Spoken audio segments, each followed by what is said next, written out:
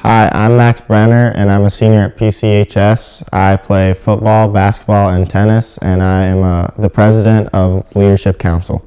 Today I'm reading Chapter 6, titled Moonlight Madness of the World According to Humphrey. Alright. I waited until the school was completely quiet. No students, no teachers, no Mr. Morales. Then I got busy because I had a lot of work to do. Big work for a small hamster. First, I took the Moonlighters Club clipping out of my notebook. Holding it to my mouth, I opened the lock that doesn't lock and scurried across the table. Getting down off that table was still a problem. I grabbed hold of the leg and slid down, as I've done before. It makes me feel quite queasy in my tummy, but it would be worthwhile if I could get Aldo a girlfriend. I hurried over to the big machine, which was very, very high off the ground. It seemed impossible for me to get up there, but I had it all planned out in my mind. Crawl up the wastebasket. Ooh, I didn't know it would sway like that. Leap over to the seat of Mrs. Bain's chair. Whoa, slippery.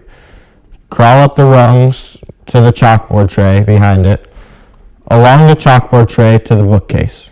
Then the hardest part, the dive from the bookcase to the overhead projector cart. If you ever try it yourself, don't look down. I was particularly home free, but I still had to get up to the lit part. Still holding the newspaper clipping in my mouth, I grabbed to the big screw sticking out of the side and pulled myself up. Then I had reached up as high as I could go and just barely managed to touch the top. Good thing I've got big muscles, because I was able to pull myself up. I was there. It was like climbing Mount McKinley, the tallest mountain peak in the United States, asked Mrs. Brisbane. I quickly pushed the switch. I wished I had some sunglasses because I was suddenly surrounded by blinding light. It was like being inside a light bulb. I took the newspaper clipping out of my mouth and carefully laid it on the flat glass. Then I looked up at the wall and no! Up on the screen was a picture of a car, and behind it there was a jumbled up backward writing. I realized I must have laid the clipping on the glass upside down. I quickly turned it over, and there it was. All the information about the Moonlighters Club, right there on the wall, with the outline of the car behind it. Aldo would be coming soon, so I hurried back to the cage. It was faster getting back because it was mostly downhill until the very end. When I had to swing my way up the cord to the blinds and back to the table. I was panting pretty hard by the time I closed the cage door behind me. I didn't even have time to catch my breath before Aldo swung the door open. Whoa! Who left that on? He exclaimed as he entered. That thing could overheat. He hurried over to the overhead projector. Look at the wall! Look up at the wall! I squeaked, but the words only sounded like hamster peeps.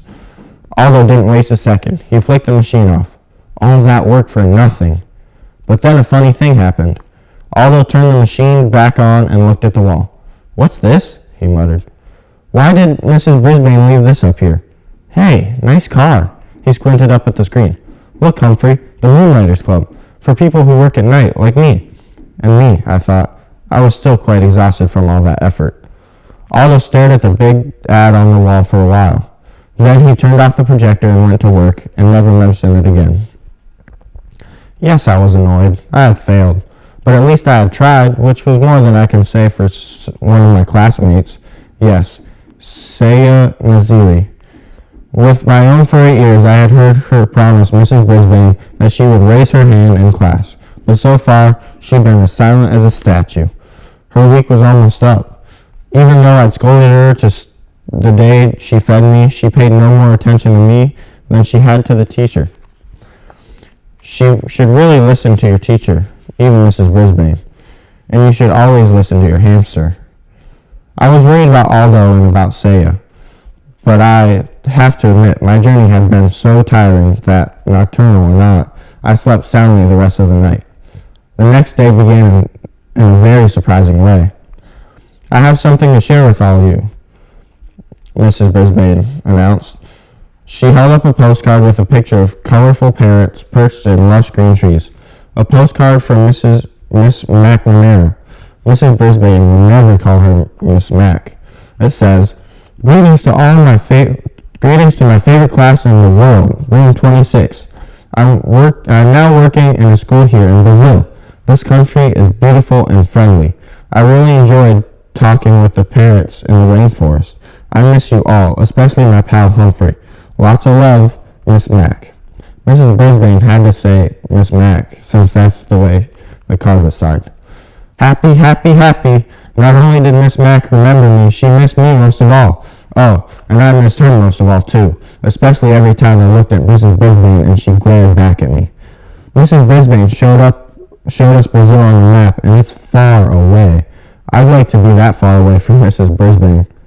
My head was so filled with memories of Miss Mac that I only got 75% on my vocabulary test. After we graded the test in class, Mrs. Brisbane said, "If you got 100% on the test, please raise your hand." That woke me up. What a clever way to get Saya to raise her hand, because she always got 100%. AJ raised his hand. Art raised his hand. Saya just stared down at her desktop. I was starting to get really mad at her. When it was time for mat work, Mrs. Brisbane clicked on the overhead projector, and there it was, the Moonlighters Club ad, right on the wall. Mrs. Brisbane wrinkled her nose, picked up the paper, and looked at both sides. Then she held it up to the light, and I think maybe she noticed those little tiny holes my teeth had made when I carried it over there. Mrs. Brisbane looked over at my cage and wrinkled her nose again. Then she crumpled the paper and threw it into the wastebasket. She's smart, but she is also mean. She is not the only one. While she went on with her mat work, wait for the bell, Garth Tugwell started making some very rude noises. Mrs. Brisbane didn't even turn around. When someone started giggling, she just said, "Stop giggling, Gail."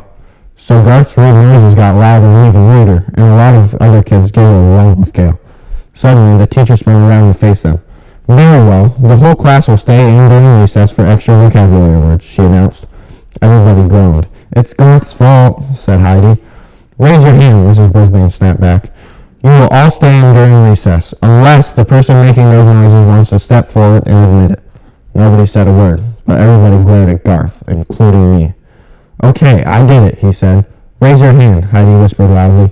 "Very well, Garth. You, Heidi, and Gail will stay in during recess," the teacher said firmly. Heidi and Gail protested until the bell rang, but all three of them stayed in during recess. Instead of making them do extra vocabulary words, though, Mrs. Brisbane let them rest their heads on their desk. After, she lectured them about their behavior, of course. All this commotion had made me a little hungry, and for some reason I hadn't been fed yet, so I decided to squeak up for myself. Mrs. Brisbane turned around and pointed at me angrily. "I don't need any trouble out of you either," she said. Heidi raised her hand. "I don't think he's been fed today," she said. Mrs. Brisbane told Garth to feed me. Then she dismissed the girls and told them to go outside and play for the rest of recess. So she wasn't completely mean to them anyway. She even trusted Garth to be alone in the room while she took some papers down to the office. I'd always liked to wait for the bell with Garth, so I was surprised when he started grumbling at me as he filled a water bottle and put some fresh mealworms in my cage. "One of these days you'll get in trouble too," he said. "I'll see to that."